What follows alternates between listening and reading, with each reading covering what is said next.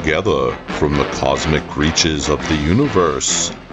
Here, in this great hall of the Signal Watch, are the most powerful forces of good ever assembled.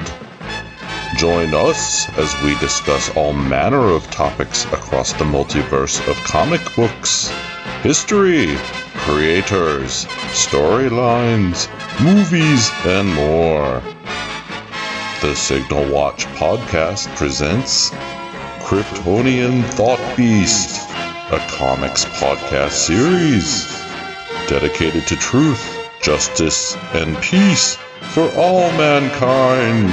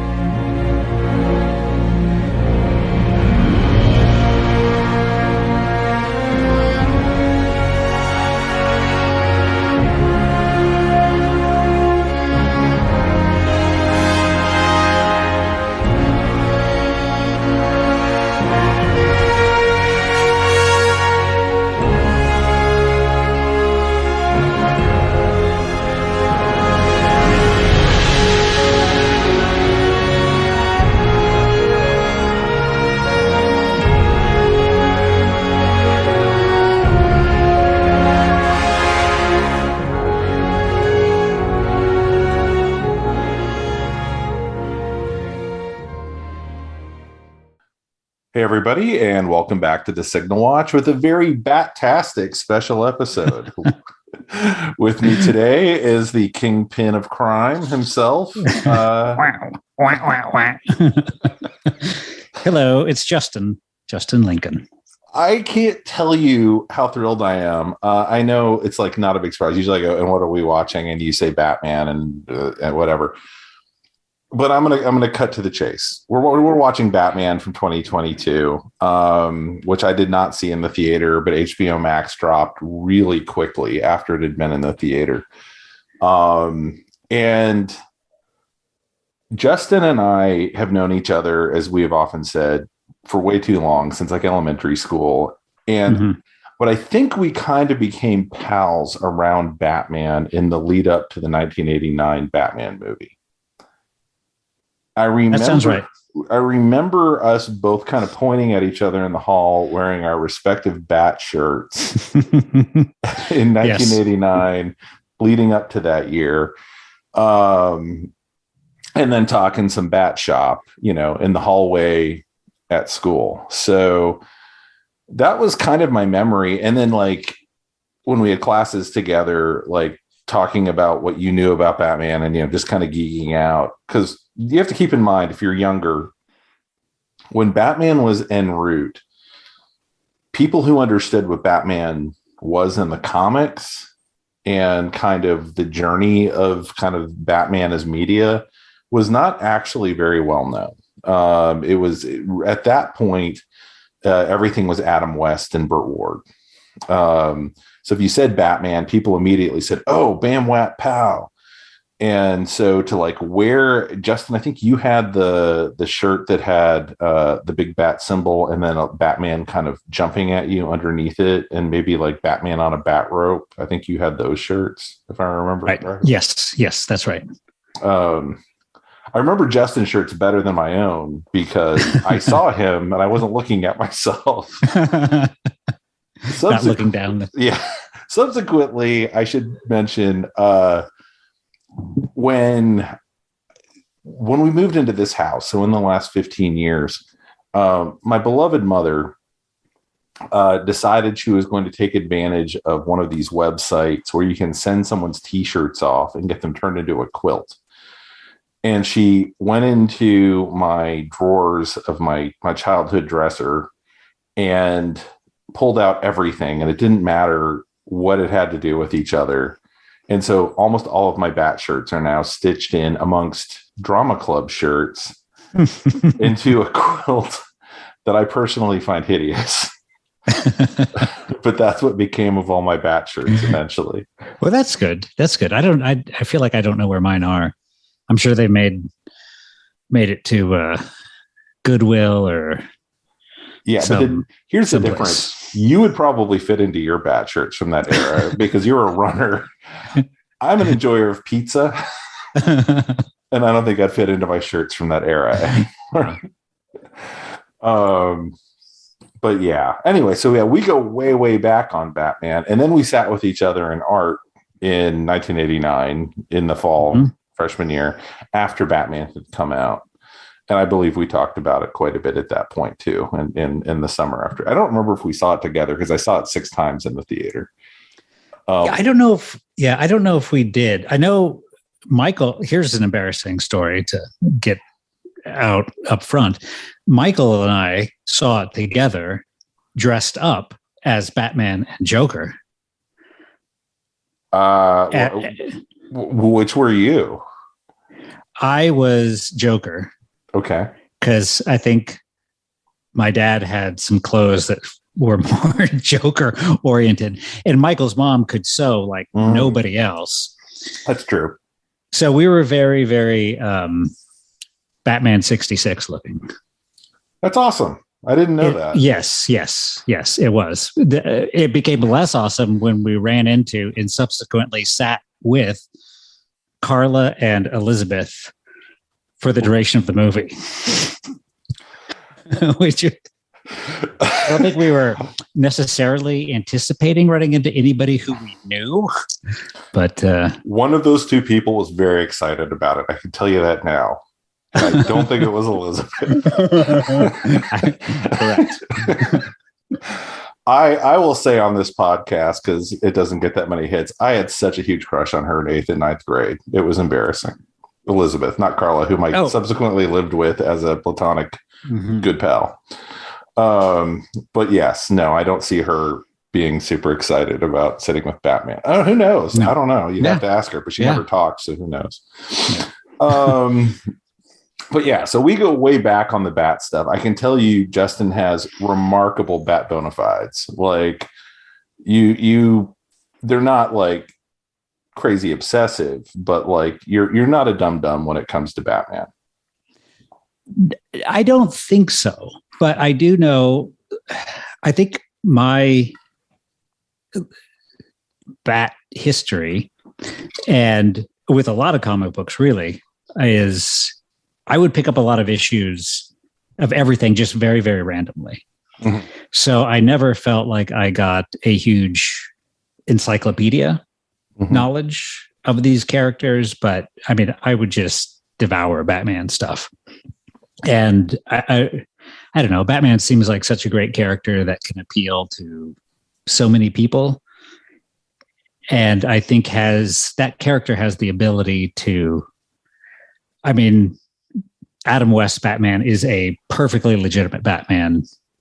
Robert Pattinson, I think, is a perfectly legitimate Batman. I think it's such a neat character that you can have a bunch of different versions of it and you still have Batman. Yes. Do you have a preferred version since we're on that topic? I don't know if I think the one that sticks out in my mind is the one we've never seen. Is the beefy Batman with the gray and the blue and the yellow bat symbol. But I mean, as far as movies go, I think 2022 is my favorite movie, Batman. That seems like an excellent segue into all of this.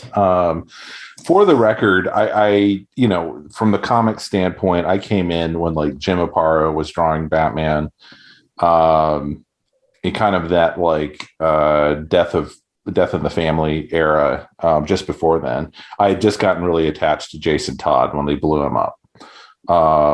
So it was a bit of a bummer and a little mind-bending, if I can be honest, when I was like a very young kid, like reading these comics and going, wait, they did it? People voted to kill Robin? Like, I just couldn't wrap my head around that. But, over the years, I've had many, many favorite artists in kind of depictions. I don't necessarily love where Batman is in the comics these days, what some people refer to as like Bat God, where someone took the idea of he's ready for any situation, and like they mean we're going to write undramatically satisfying stories where Batman has already anticipated every situation. And it's just not good, entertaining stuff. I want my Batman to get caught by surprise and react and have to jump out of a window to get away from shit from time to time. Yeah, absolutely. Which segues into Batman 2022, I think actually pretty well. So it sounds like you were a big fan of this film.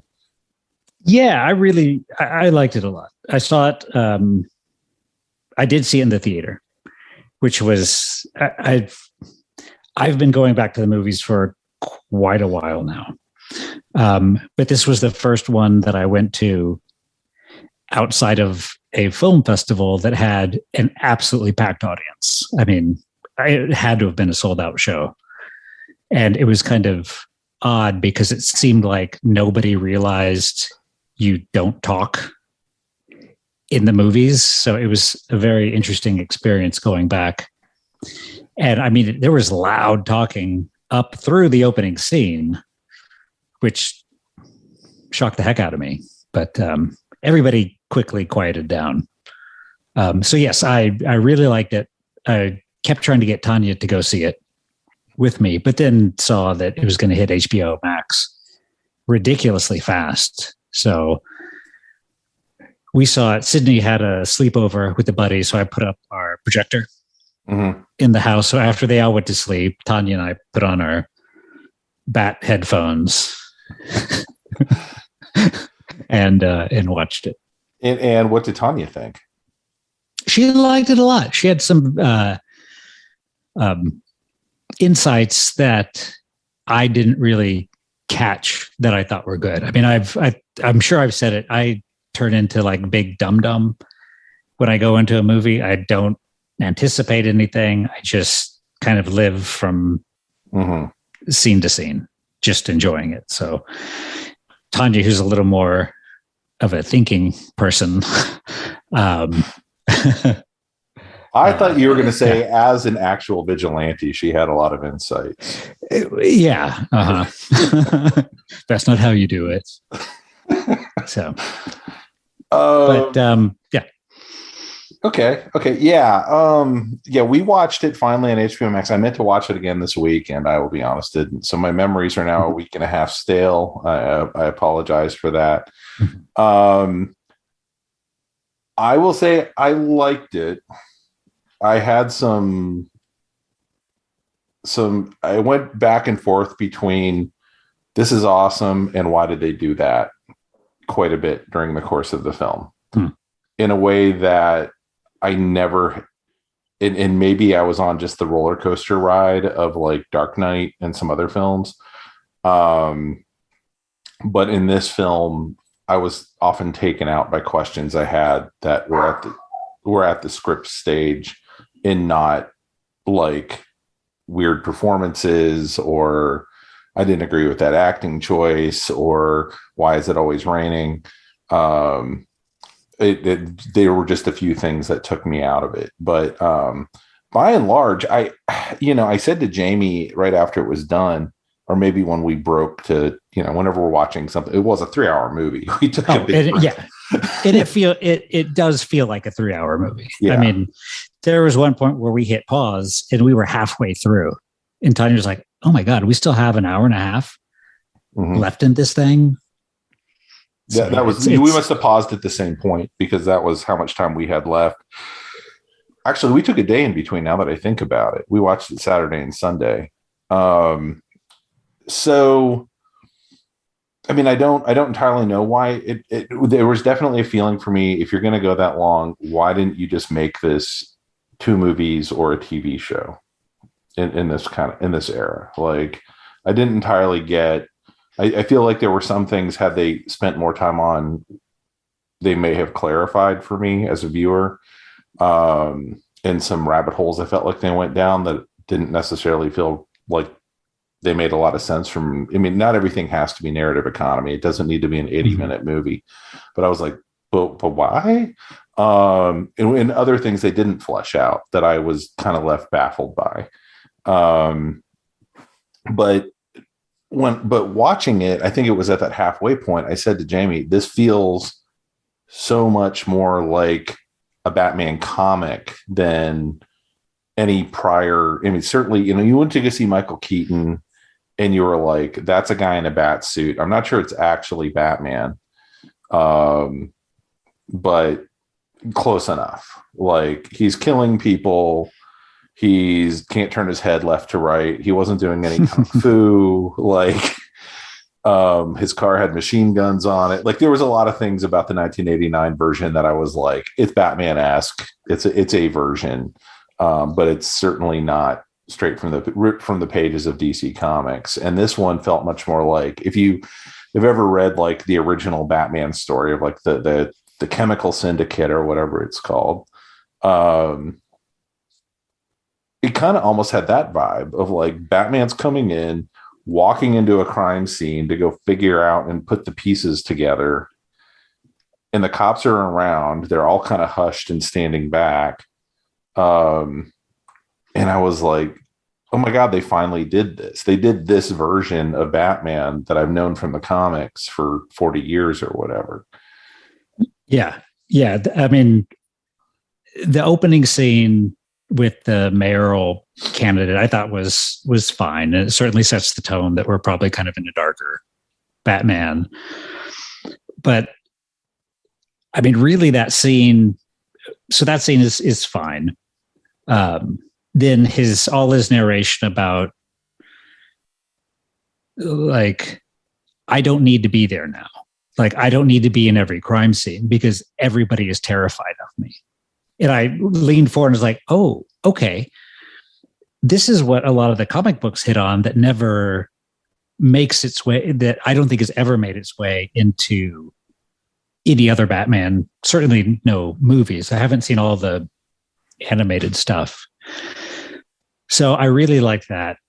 I love terrifying Batman beating up all the, I mean, I don't know who those guys are supposed to be with the Joker adjacent Sons of Batman type looking guys. I thought that scene was great. And I loved where he beats them all up and the innocent guy just says, don't hurt me. And like, oh yeah, they really captured that idea of like Spider-Man tries to do it. Batman tries to do it. A lot of these are like, oh, is this vigilante really a hero or not? But I thought they did an exceptional job of like showing that rather than just somebody on TV saying it.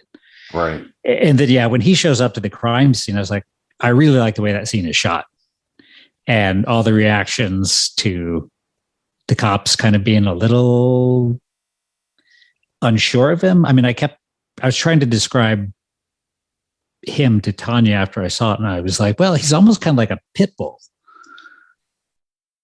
Like, nobody knows what the guy's about to do. Like, everybody's a little put off by him, and nobody's moving too quickly.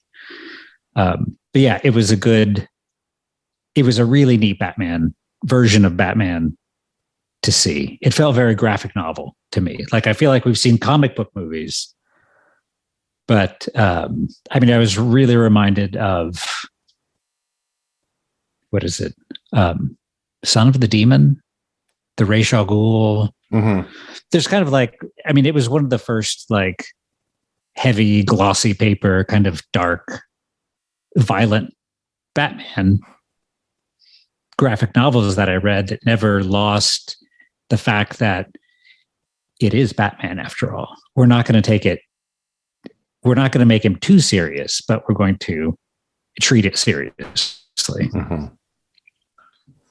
Yeah, the scene where he comes walking in, we can't go scene by scene through a 3-hour movie this way, I promise audience. But it reminded me a bit of the very opening scenes, kind of pre-dialogue of Killing Joke, where Batman's entering Arkham, and there's like the secretary responding to him and like security guards getting out of his way.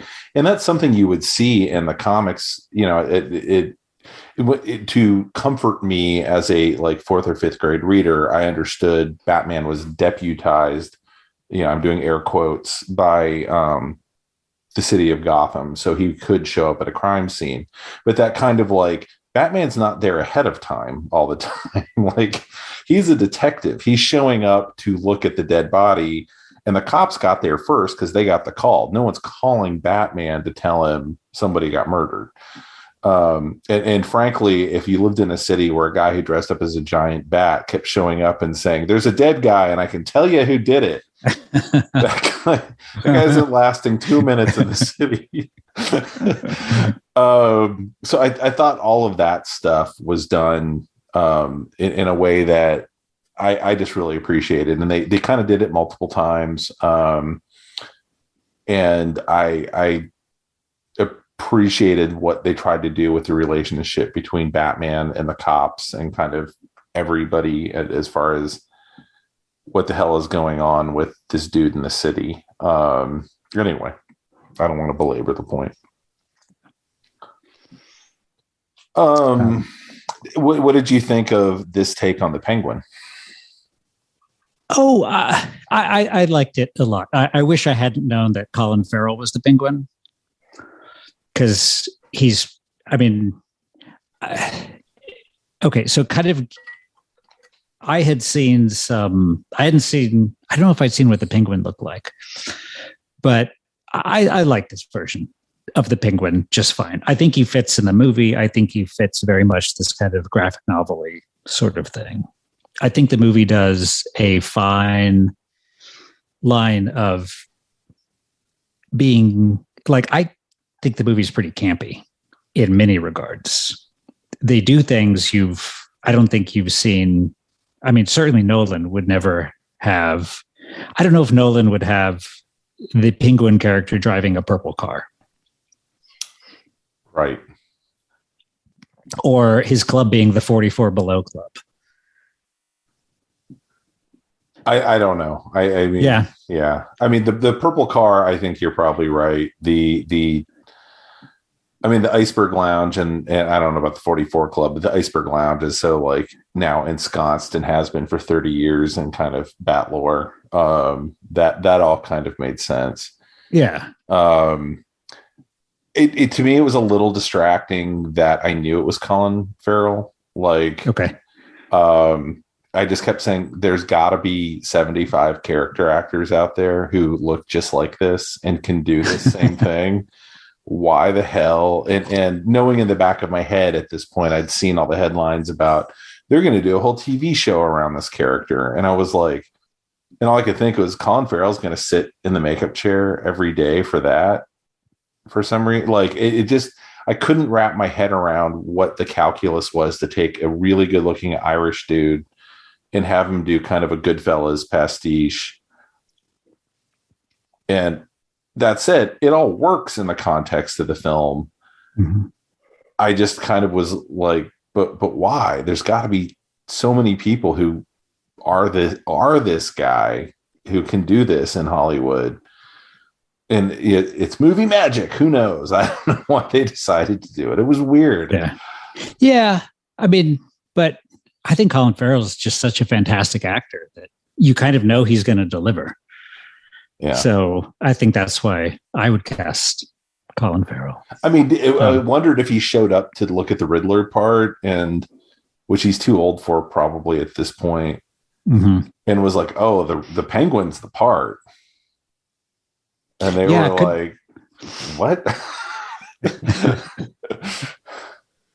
Yeah, I really liked his performance. I liked the way that he would say like Goyles instead of girls, and his funny little accent certainly cracked me up.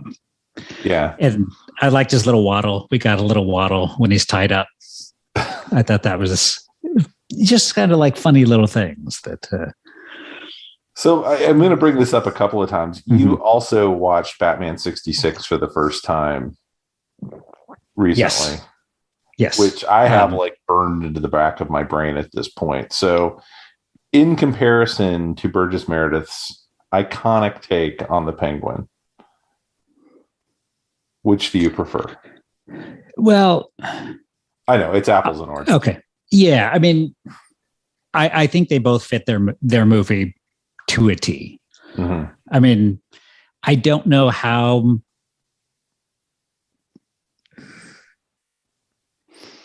I don't know how goofier you could have gone with the penguin in the 22 movie. But I do wonder, I mean, I do wonder what the next ones are going to be like. If they'll embrace more fun or not. I mean, they clearly seem to be setting up the Joker as at least a recurring character, and I kind of hope he's never a main villain, because you're hoping against the wind, but okay. But they might do it. They just might. I mean, I know they won't. But yeah, I liked. Here's something. I liked Batman in this movie much more than I liked the villains. Right. Okay. So good point. All right. Yeah.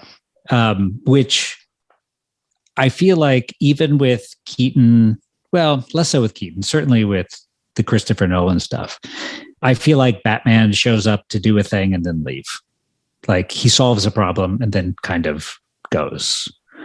I really liked that he's like a bona fide character in this movie and is not the same Batman from the beginning of the movie to the end of the movie.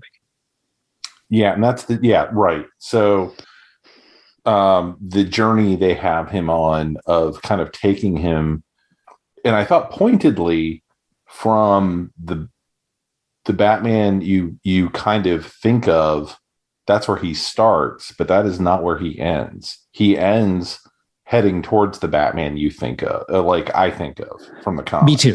Me too. Which takes 3 movies over the Nolan cycle, in all fairness. Mm-hmm. And he has to die at the end of the Nolan cycle to achieve that, right? I mean, it's a die, air quotes, but he, you know, they believe him to be dead to hit that same point, and we're just getting him at his beginning here with this. Which I did dig. So Pattinson, think what you will about the Twilight movies. They're not my favorite thing in the world.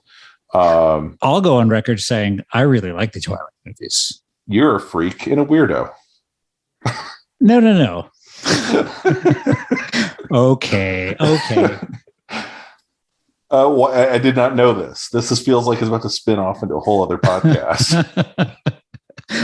It will be called, but really, they're not that bad.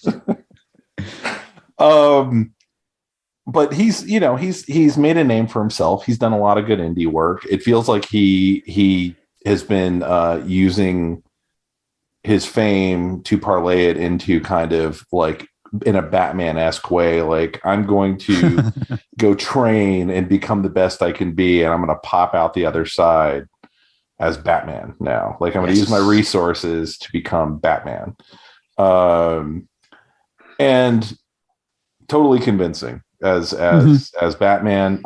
His Bruce Wayne, I've heard various people have various takes on it. My Bruce Wayne was drawn by Jim Aparo, wears a smoking jacket and his bat pants hanging around the house while he smokes a pipe and ponders shit with Alfred. So not that one, but I think it's a legit take on Bruce Wayne. I will say that. I really like him. I mean, he's like Gen X Batman. I'm gonna push back. I think he's millennial Batman. Aren't those people like happier than us? No, they are. Have you been on Twitter? They are not. They're not. No. Okay. Did you know a man will dress up as a bat and pound psychopaths rather than go to therapy? I mean, I think I know why you say that in some ways. I mean, there's definitely the embracing of like the Gen X media that kind of informs the movie. Between Batman, they use Nirvana music. He looks like he probably listens to Joy Division. Like I get all of that, but at the same time, I also am like, Gen X kids were used to being left at home anyway. Like they're really gonna miss their parents. I stand corrected. I was wrong. I apologize. But anyway, go ahead. Oh, I mean, in the Nirvana needle drops, I thought were really well done, and I like them a lot. So that definitely goes to my Gen X Batman or Gen X Bruce Wayne. I mean, I know the time frame is all off for him to be Gen X in this movie. But I really liked him. And again, I buy him. This whole movie feels like, I've said it before, it feels like a graphic novel. It feels like a one-off, like this, like, I don't feel like the movie was ever trying to sell me like, oh, this is the real Batman. Like, this is the definitive Batman. It just seemed like, here's a take on Batman.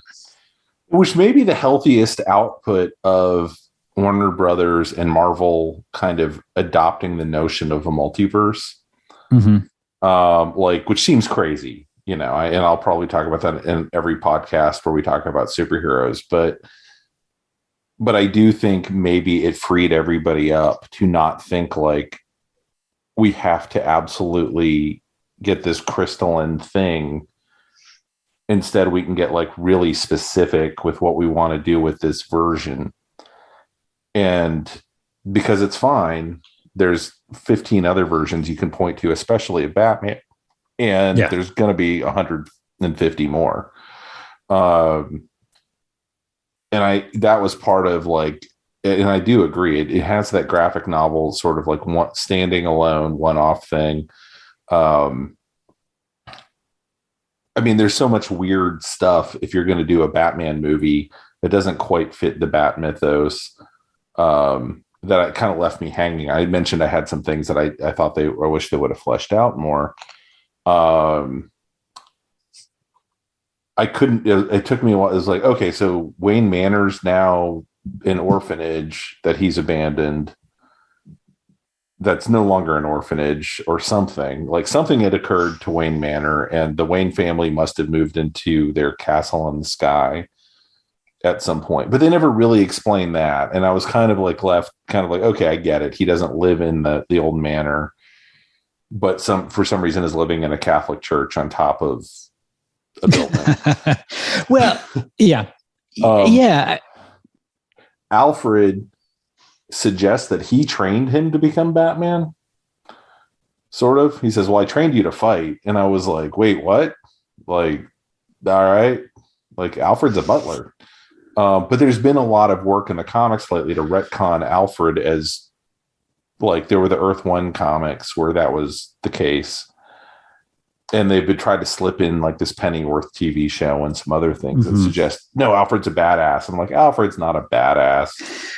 Alfred's funny. That's his role. He's there to point out Batman's ridiculous to the audience. Yeah. I sure love in 66 where poor Robin, like when they have to trail Batman when he's on his date with Miss Kitka, and Robin can't even drive the car. He just like doesn't trust Robin to drive the car, and Alfred gets to wear a little mask underneath his glasses. Oh, it's so good. It's so good. Yeah, I mean, I really bought everything in this. Like, I don't. I guess I didn't go into it expecting anything other than now we're getting Matt Reeves' version of Batman. And I'm just going to accept that, like, okay, well, this doesn't have to fit with what I've understood or read before, as long as it works within these 3 hours or 3 films or however many they do it. As long as it works in that, I think I'm going to be okay with it. I mean, I'm with you. I think where I got thrown off was, oh, that's different. And now I'm taken out of the movie pondering all of the, okay, well, but where's the Batcave now?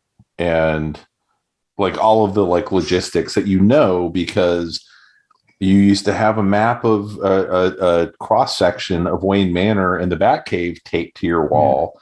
Some nerd might have done. Well, I think what they do here. Oh, go ahead. Sorry. Well, I mean, and that was kind of where I was constantly felt like I was playing catch up with, which is fine, but it's kind of like having a Robin Hood mythos where he's like, here we are outside of Paris, and you're like, wait, what? Like, there's you can still tell the story, but things have changed enough that I was like, you're refusing to do an origin, I think somewhat wisely, because we're well aware. We don't need to see Frank Miller's stuff reenacted again. But then there's like an Aunt Harriet character they insert, and I'm like, the fuck? That was played for comedy on the Batman show, but he has some lady in his employ just like wandering around his place while he's being Batman. Like, that was just blowing my mind. It's like he tears apart his family's home, and I'm like, she's going to notice that. I bet she's going to have some questions as she's dusting or whatever, and walks in and sees you've laid out your crazy conspiracy theory on the floor. Like, she's and Alfred just got blown up, so she's alone in this house at this point. I guess I mean, it goes back to my ability to turn into a huge dum-dum when we go into the movies. So his house is on the top of a high rise, right? And the Batcave is now a defunct train station. Was it? That's what I got from it. I had no geography in my head for what was happening with that. Yeah. So I think what happens is when he's in his Batcave, there's a Wayne Terminal is in the background. Okay. It's like an arch. So I think he is in an old, like, abandoned subway station. And this may be the difference between, like, I watched this on my 55-inch TV and you saw it in a movie theater. Yeah. Like, that was a detail I mean, that movie's dark as shit. I did not see that. So, I mean, good to know. I mean, and I figured it was something. It's not like I couldn't accept it in Dark Knight when he's like, we're now in this well-lit underground space. I was like, sure, whatever. Yeah. In the fact that his home looks like a Gothic cathedral, that it makes no sense for that to be on top of a high-rise building. I just bought it as they're going for fantasy. Like, this is pure fantasy. The bat cycle has bat ears on it. Well, that's just cool. Which I absolutely loved. I mean, I really wish that he would have called the Batmobile at some point. In all fairness, halfway expecting. Robin dubs it in the comics the Batmobile. Okay. Yeah. Well, we're going to nerd out a little bit here. So that's a weird cue, but the same cue I had was me trying to figure out where they were initially when I saw that space that was his home, of me going, wait, is he on top of a high rise? Like, but wait, why does it look like they're like hiding out in a church? Like, I couldn't figure it all out. And I will break from some of the nerds I saw on Twitter who were like, oh, Nolan had it wrong. This is the way you design a Bat movie, blah, blah, blah. I'm like, no. Nolan was trying to say, how would this work roughly if you applied any aspect of reality? Batman was living in Chicago. Like, absolutely. Yes. And this is saying, nope, Gotham's a messed up fantasy city with like, there's just Zoe, what's her name? Kravitz is just living there. Like, and drink. Okay. Another point where I nearly flew out of my seat is when he follows her to her apartment and she opens the fridge and she pours herself a huge glass of milk. I mean, there Not are since so Eartha many, Kitt, sir. there's so much silly stuff in a very dark movie. Mm-hmm. I think the movie's a little bit of a miracle that it works. Like, you have Catwoman drinking milk, you have Batman driving a motorcycle that's got little bat ears on the windshield.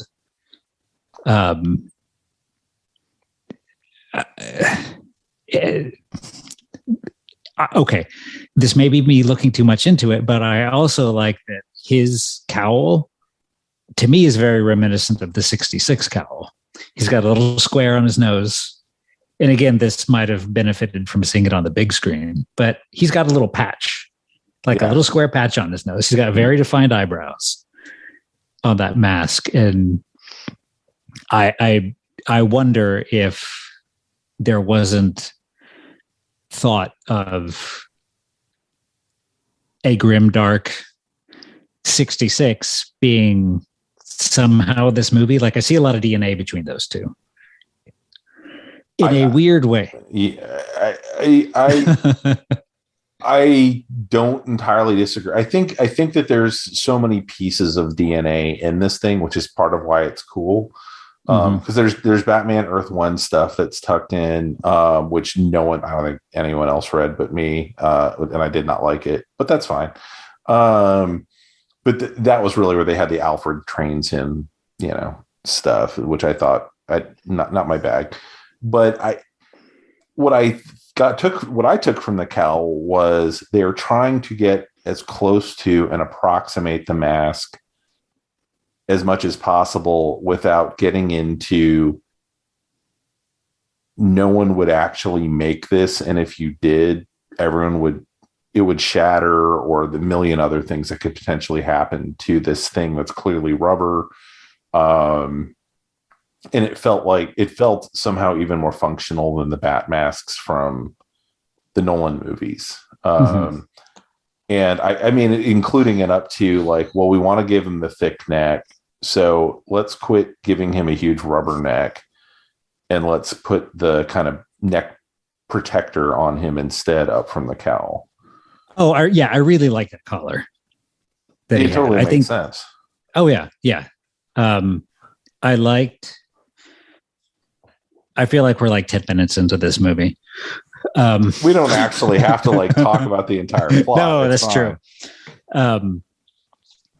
I liked him getting grabbed by the ears by the little, there's so much of this stuff that you're like, well, Batman, if he had a cape, he'd get like jerked around by the cape. And yeah, I like that they, intentional or not, threw a lot of that stuff into this movie, and had it work and had it be kind of fun. Like when one of the little Riddler minion guys at the very end, like grabs him by his little bat ears to pull him down. I was like, okay, yeah, that makes sense. Happen. Yeah. Mm-hmm. Yeah. And I think that's kind of one of the differences. Like, I mean, as much as I said, oh, well, Nolan's doing this more realistic take, he did the ninja take of like, Batman's going to get in there and karate the hell out of him before they ever get a chance, before they get that close. And he's more of a like brawler here in some ways. He's really relying on the nigh invulnerable outfit. Right. And it's different. There was some really nice stuff. If I was going to give Zack Snyder any credit, there was some nice stuff of like, you get 30 seconds of cool bat stuff in Batman versus Superman, where he's like taking dudes out in a apartment building somewhere. And it's all just kind of different takes on what does this actually look like. I kind of wish they found something closer on the continuum for how invulnerable the suit was, because he's like at one point getting shot with like a deer rifle and shrugging it off, but then he gets shot with a shotgun and he's like, oh, and like falls over. And I'm like, no, that flip those things. So yeah, there was just some stuff with that, and kind of like their approach to his martial artistness, or what is his actual approach to physical combat, that felt like it was going one direction, and then like they the kind of cool sceneries coming down the dark hallway, right? Guys are shooting at him, but they're shooting at him up close with machine guns, and then so it doesn't really make any sense at the end of the film where he gets shot with a shotgun and is like, ooh, my bread basket. I literally, I don't know what's happening here. He's already been shot that close from that up close. Like it did. People actually can get shot with a shotgun from like that far away. And I don't know if they're going to stay standing up, but they can make it because it's a bunch of little things, not one giant bullet. Right. So yeah, it was just kind of a weird bit on there. As long as I'm venting, and I have realized I am the one person who has a problem with this. The car chase is awesome and completely unmotivated. Like it is a narrative. It felt like they were like, we got to have a car chase. Came up with a reason for it that didn't really make any sense. Doesn't have any reward on the other side of it. And suggests Batman is totally fine with hundreds of people dying on the freeway as long as he gets his man. Which this is the Batman who doesn't kill. And so it was a weird moment for me watching this scene, especially in an era where we are actually having like not well publicized, but there are debates about whether or not cops should even pursue in high speed pursuits because the massive amount of damage and people who get killed who are just trying to get to work and whatnot. When that occurs. However, that Batmobile has big hairy balls on it, right? I mean, that thing sounds amazing. So a Batmobile is always one of my favorite parts of Batman. I just boxed up, I'm a little sad to say, the last of my Batmobile collection like a week ago. Like I put away all my Bat stuff years ago, but I've kept all my like various Batmobiles around because it's always the coolest part, right? It's like, well, what are we going to do this time for the Batmobile? You can't do that with Star Wars, right? You have one Millennium Falcon. You can put a different antenna on it, and that's it. So, you can eject the front in that one movie. Oh, Jesus. Yeah, you can. But they're, the Tumbler was awesome. I thought that was the one in the Nolan movies. I love that crazy thing. I even liked the stupid Batmobiles in the Schumacher movies because they were like, nope, they run on neon. And I was like, hell yeah, they did. Put that 30-foot fin on that thing, man. That's cool. Yeah. I enjoyed this Batmobile. Again, it's just like very early on, my brain went to graphic novel. Mm-hmm. Like, this is the graphic novel. And in this story, the Batmobile looks like it's all like Dodge parts. Mm-hmm. It was awesome. Mm-hmm. And so that was part of why I was like, I wish this scene had better motivation to it. Like, he just wants to talk to the Penguin. That is his motivation at this point. I'm like, go to his house. Go to his club. Like, he's gonna pop up at one of those places sooner or later. There's not really a ticking clock on this movie, which is kind of weird. There's not like, oh man, if we don't do this by then time, the orphanage is going to explode, or the mayor's going to get it, or Vicky Vale's going to get dropped off a rock or something. I mean, there's just none of that in this. So it felt like a bit much. I'll put it. Yeah. I accept that. I enjoyed it, but I accept it. Let's see. Here's some more things I liked. And I'll tell you why they're wrong. Terrible riddles. I loved the terrible riddles. They were so dead on from the Riddler comics. They're never great. No, I mean, they're not as good as what weighs 6 ounces and sits in a tree and is angry. Was it a sparrow with a machine gun? I think it was a sparrow with a machine gun. But okay, so Batman the Animated Series. I still laugh to this day when I think it's the Riddler leaves Batman copper quarters that have heads on both sides. And he figures out that copper is a slang term for police. And these quarters have heads on them. So they must be at police headquarters. Terrible. Absolutely terrible. Thumb drive, URL, really bad. Yeah. Like really bad and very, very silly. Again, just like really tickling my funny bones as I'm watching this. Like they're not taking this. I shouldn't say they're not taking this seriously, because I think they're taking it seriously. They being the writers and filmmakers. But there's just this undercurrent of let's not get too self-serious here. Let's not forget that this is Batman. I thought the Riddler was a really good choice of like a first Zodiac. Like, I mean, that was of course the comparison.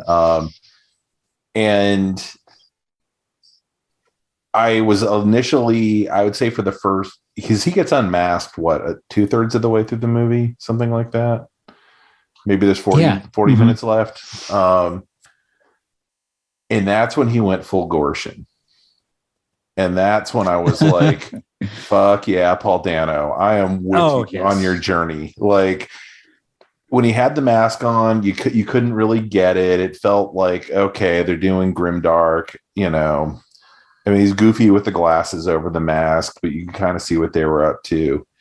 But once it was off and Paul Dano could just be Paul Dano, like I texted you at some point about how much I loved Frank Gorshin as the Riddler. I know I did. Yes. Yeah. And he is to me the gold standard of the 66 villains. He is, yeah, you had sent me that, and I had never really seen much of him as the Riddler. But when I watched the movie, I was like, holy moly. Right? Like, I think you are maybe from a different movie. He's kind of like a slightly more jovial Richard Widmark. Yes. I've never put that together. 100%. Yeah. I mean, he's terrifying, but you know he's not going to push you down the stairs. Maybe. Maybe. I think it's a key. But yeah, he's so freaking good. And when Dano had his scene in the cafe, I was like, oh, here we go. Okay, this is what we're doing. And I got behind it. Mm-hmm. And he's not dead. So, I mean, there's a whole arc he could be on too. Yeah. Yeah, I really like, I mean, I think everybody probably should like Paul Dano and his acting talent. I was really happy that he got to see him pop up and to see really all of these actors, I think, are doing a fantastic job in this. Barry Keoghan is always such a creep that I thought I had no idea that the Joker was even in this movie. And I'd seen little bits of that deleted scene, but I stopped it before going to see it. I will be curious what if they bring him back and what they do with him. When they bring him back. Mm-hmm. Yeah. I mean, gigantic shoes to fill, I think, is the biggest problem. Mhm. I mean, you've got now two. Someone was saying to me the other day, I think it was this guy Mike Bell, who's been on the podcast. How weird is it that, and I think he was being silly about it, but I think there was some truth to it. How weird is it that we're now in a place where it's like, I've played all the parts. I've played Julius Caesar, I've played, and now I've played the Joker. But it's kind of, I mean, Joaquin Phoenix certainly made a meal of it, right? I mean, it's kind of becoming its own weird thing to try and do that role. I just think the story of Dark Knight, and it is the hill I will die on. I don't know how they really top that as a Joker story. Like the essence of kind of what the Joker is in the comics, really, I mean, it's a crazy movie. It doesn't necessarily feel like the comics in a lot of ways, but the whole speech Michael Caine gives about some guys just want to watch the world burn. I mean, that got into everybody's psyche after that movie for a reason. And it gave like the world something to kind of like latch onto to understand sometimes why things are happening. And whatever they do, they've got to worry about that scale now for the Joker. So I don't know if you'll get him in the second movie. I would be shocked if they did him for the second movie. Yeah. I think you're looking much more likely at a Mr. Freeze, or we've already got the Riddler. We've already got the Penguin. We haven't seen Scarecrow yet. I mean, there's 80 years of Bat villains to pick from. I would like to see Crazy Quilt. No one has asked. But hey, we live in a world where I watched a movie with the polka dot man in it. So That's true. You do not know. I'll say another thing I really liked and appreciated about this movie is the weird technology.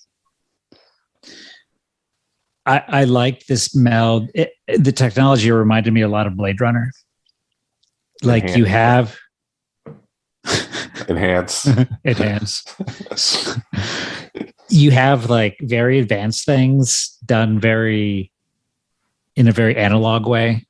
Like I like his weird contact lenses, but his monitors that connect to the contact lenses is not some magical wireless thing. It's like 500 wires sticking out of like a weird box that's like 4 inches thick.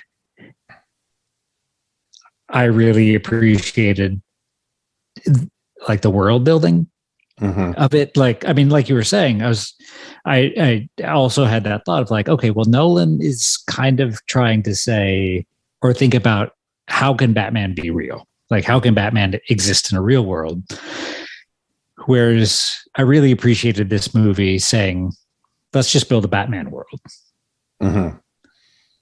Like, let's just do that. Yeah. And I do think the results on that were really pretty neat. The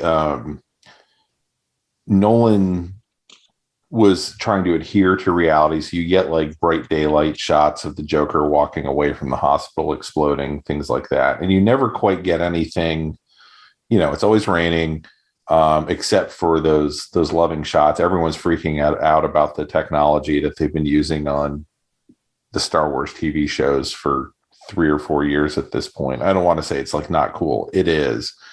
Is this that LED stuff? Yeah. That's amazing. That's how they shot the romance scenes or they were able to use that same unfinished building set where the bat signal was. They were able to do all the backgrounds for all of that using the LED. And I was like, well, you clearly have not watched Star Wars Galleries, where you would have watched an hour and a half thing on that already and already been aware of this technology because you're so impressed. But okay. No, it's going to change movies and TV for sure. I mean, it lowers the bar. It allows them to do tons of really cool stuff. Most of the stuff on The Mandalorian they basically roll a rock into the set, pour some sand around, and then turn on the screens, and that's what you're looking at. And it gives them, they love it. The actors love it because it gives them something to respond to. So I think it's really neat stuff. It was able to reflect some of the kind of coloring and lighting of some of the more nuanced comic stuff. The scene between Bat and Cat. There's a series right now written by Tom King, and I'm embarrassed I cannot remember the artists who were involved. That was basically taken straight from the comic pages from about 4 years ago. They clearly were like, oh, yeah, let's do that. But, with that, I've kind of had an idea in my head of what Catwoman is like, really, since I read year one. I have not ever seen that in a movie till now. Mm-hmm. And she's not the year one Catwoman, but there's kind of been a continuum of like, well, let's shape this and change this. So what would she be as a romantic partner for Bruce Wayne? And really, Tom King is the person who has been writing the stories that are getting there. And I was like, she'd fallen out of the comics. I mean, she looked the part, she acted the part. I mean, she's probably 95 pounds dripping wet, so your mileage will vary whether you believe she can actually like punch a dude and knock them over. But I thought she was great. I thought it was amazing casting for that part. Yeah, as soon as I saw that she was cast, I was like, yep. Like, I can't imagine anybody else. Mm-hmm. Yeah. They could have taken any ingenue off the street, put them in a wig, or have them, cut their hair or whatever. But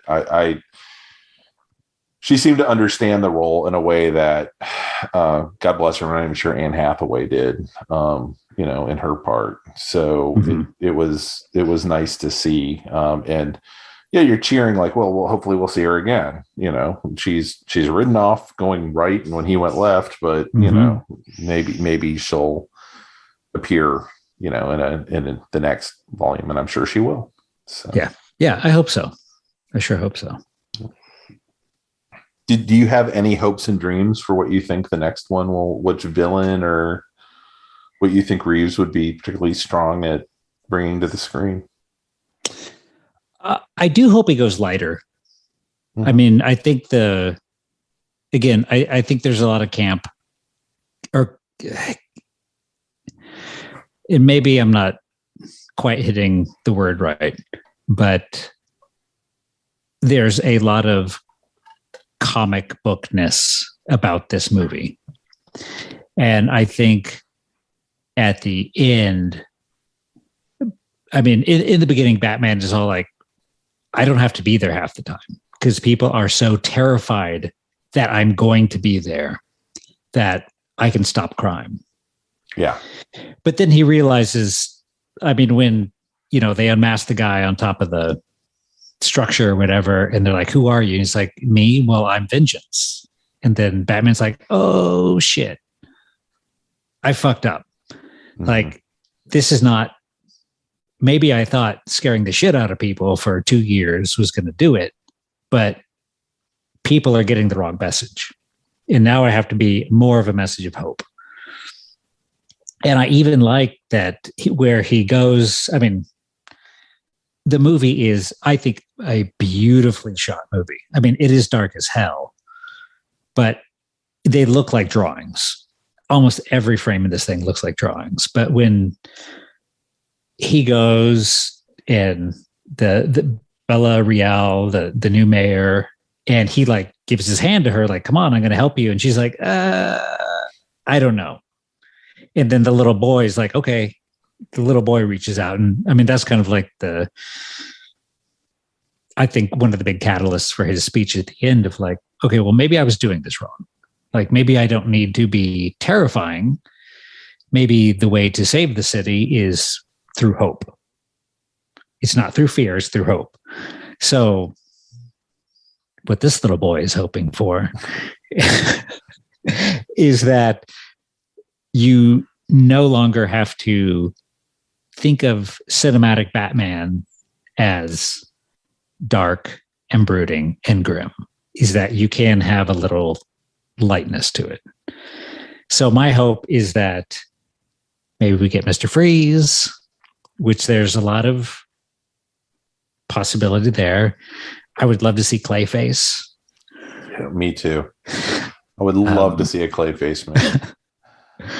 I would just like to see, I would really like to see Batman lighten up.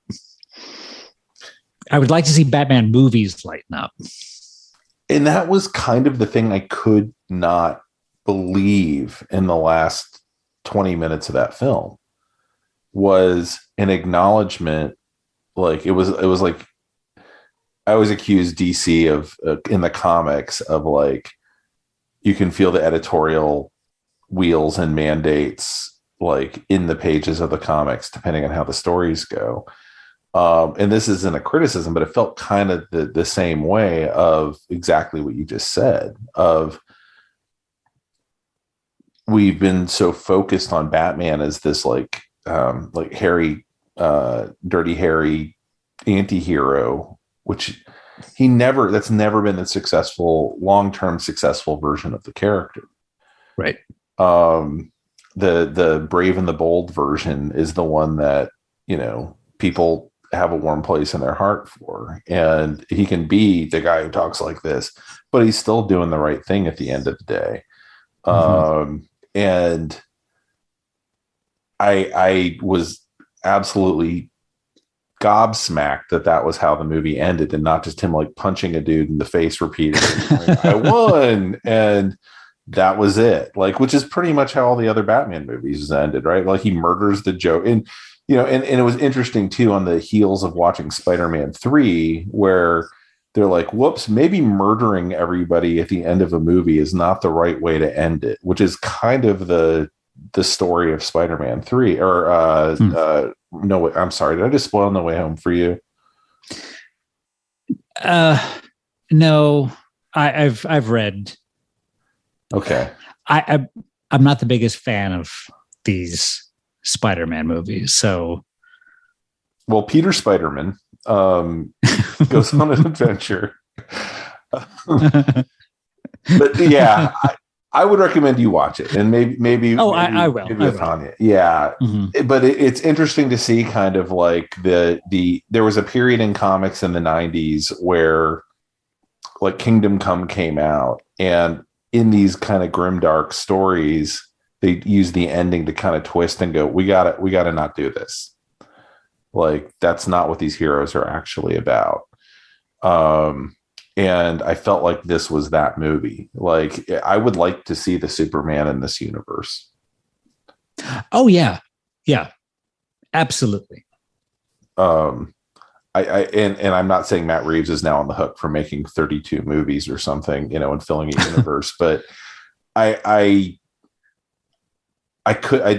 just couldn't believe that's how they actually ended it. I was just like, oh my God, is Batman going to be a superhero and not just the guy who like punishes people? Like we have a character for that. He's called the Punisher. And most everyone who writes him eventually goes, this guy's kind of miserable, isn't he? I'm kind of miserable writing him.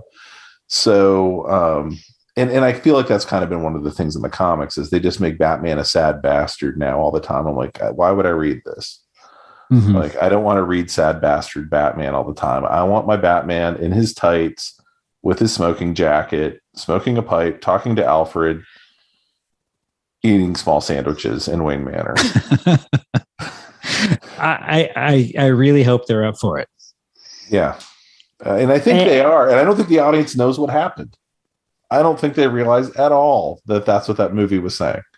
No, it kind of going back.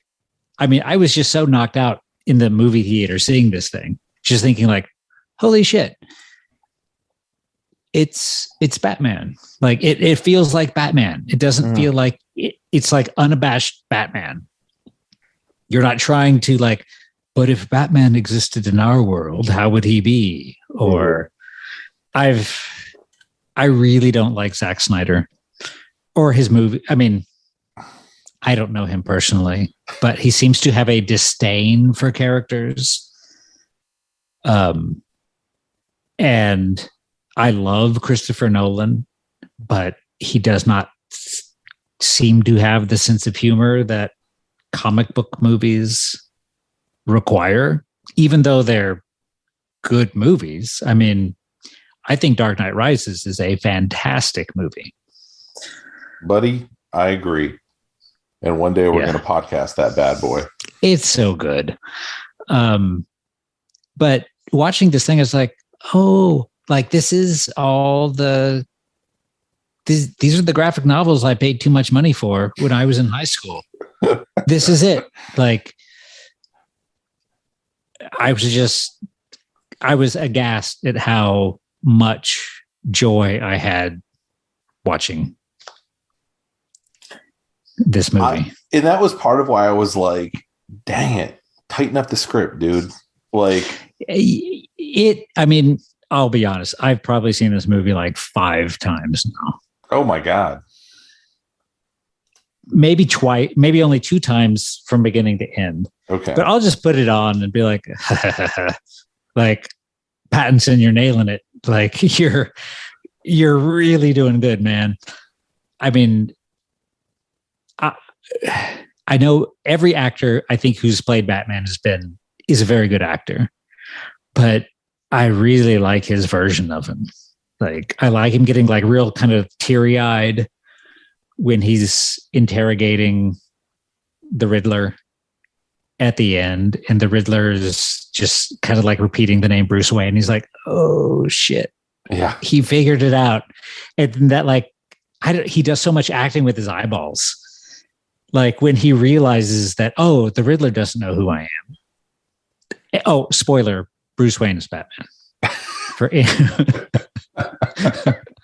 It's Peter Spider-Man and Peter Spider-Man, Bruce Batman.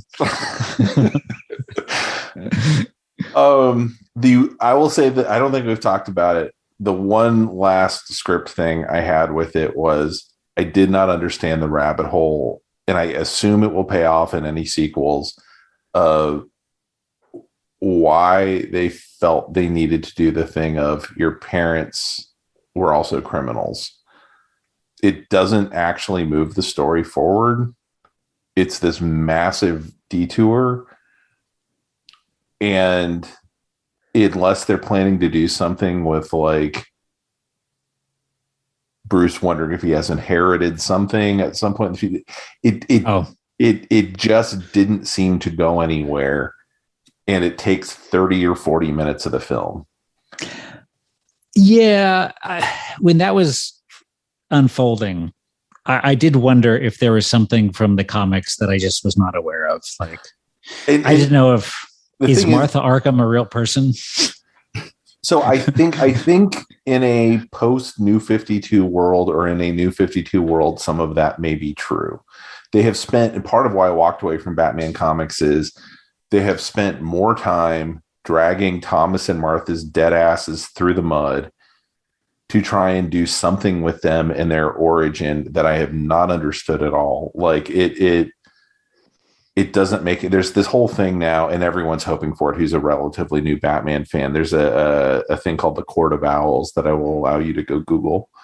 And I don't know if they're setting something up for that. I just don't know. And a part of me was like, you could have done all of this next movie if you wanted to do something. Because in this movie, that is 3 hours. This movie could have been 2.5 hours if you hadn't pursued this. It doesn't pay off on anything. Except for that Bruce Wayne line from the Riddler a little bit. Like he's trying to tie the Waynes in with his, and we haven't talked much about, I mean, this movie is also very much a like Occupy Wall Street, like it goes back to the Batman Year One stuff I love that I don't think Frank Miller would ever do again. That was like Eat the Rich of like the rich mayor was corrupt. Everyone is corrupt, but Catwoman and Commissioner Gordon. It's Jeffrey Wright and everyone else you meet in this movie is up to no good. And Bruce starts wondering about his own family background, right? Which reasonably he should. He's the child of billionaires, and he's never once really pondered their legacy, right? They've just been good in his head. And I appreciate that in some ways, but it also feels like a major detour in this movie. I felt like they don't need to be saints. They don't need to be talked about at all, frankly. Their point is they're dead. That is any more than, I mean, I'll read some stuff of World of Krypton or whatever for Superman. I'm currently reading a World of Krypton thing, but frankly, it's all moot. The point of Jor-El and Lara is they died. Their planet died. Superman isn't there. Like, he's not in the past. And I got sick of it in the comics. I don't want to be sick of it in the movies. I'll put it that way. Yeah. Yeah. Well, Anyway. yeah. Yeah, I agree. It did, that point did kind of pull me out a little bit, wondering what this had to do with anything else. And I'm sure some very bright person could pop in and tell us, but they're not here today. They are not. We have talked about this movie for like an hour, so we should probably think about, do you have any final thoughts on the Batman? The Batman. I bought the movie hook, line, and sinker. I mean, I don't know if I would give it all the stars available, but I think it is this. I still keep it number 1. 66, I've moved to number 2. Good man. Then I went Batman Returns, because Michelle Pfeiffer. It's an amazing movie. I'm not arguing with you about Batman Returns. And then I kind of this movie needed a giant ducky, was the problem with it. It could have used it. What follows Batman Returns then in your list? Well, and then I kind of do Rises and Mask of the Phantasm. Okay. Kind of flip-flopping. Okay. Yeah, I would love actually I've never met anyone who actually puts Rises up that high, aside from me. You know, I liked Batman Begins as everybody else did, because it's like, oh, okay, you're going to do it seriously.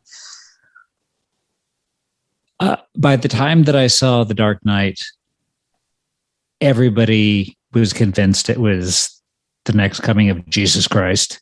Yeah, that's and so I was like, it's good, but not great. And then I mean, the scope of Rises was so much fun. Yeah. I still remember maybe 10 minutes of the movie going, are they doing Tale of Two Cities?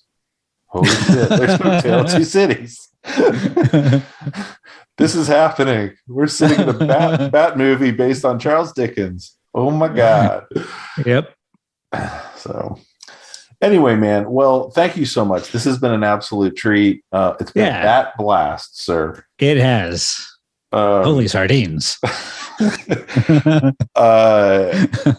And I'm really glad we got to weave so much of 66 right into this. Oh, it's a treat. I mean, it is a treat to humanity that movie exists. So I will say, when I first moved back to Austin in 2006, at the old Alamo South Lamar, when it was still much grimier than it is now, I went to a screening during the middle of the day, like a work day, because I didn't have a job at the time. And it was for like daycare or something. So it was me and moms and children everywhere. And those kids, you could have heard a pin drop. They were into Batman 66 as a drama. And all the parents are cracking up because that movie's hilarious. And the kids are all like in those Alamo seats, standing up, leaning against the desk, like wrapped. It was the best movie going experience. But anyway, everyone needs to go watch Batman 66 and then watch The Batman. Yeah, I agree. When they're in the back of that carriage and Batman is talking about his dream, and then he's talking about the climax of his dream, and Miss Kitka's like, no, not yet. I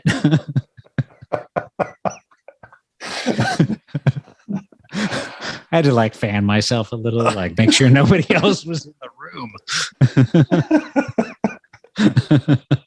They knew what they were doing. Yep. Oh, they did. All right, y'all. Well, thank you so much. And we will be back soon. Same bat time, same bat channel. Indeed.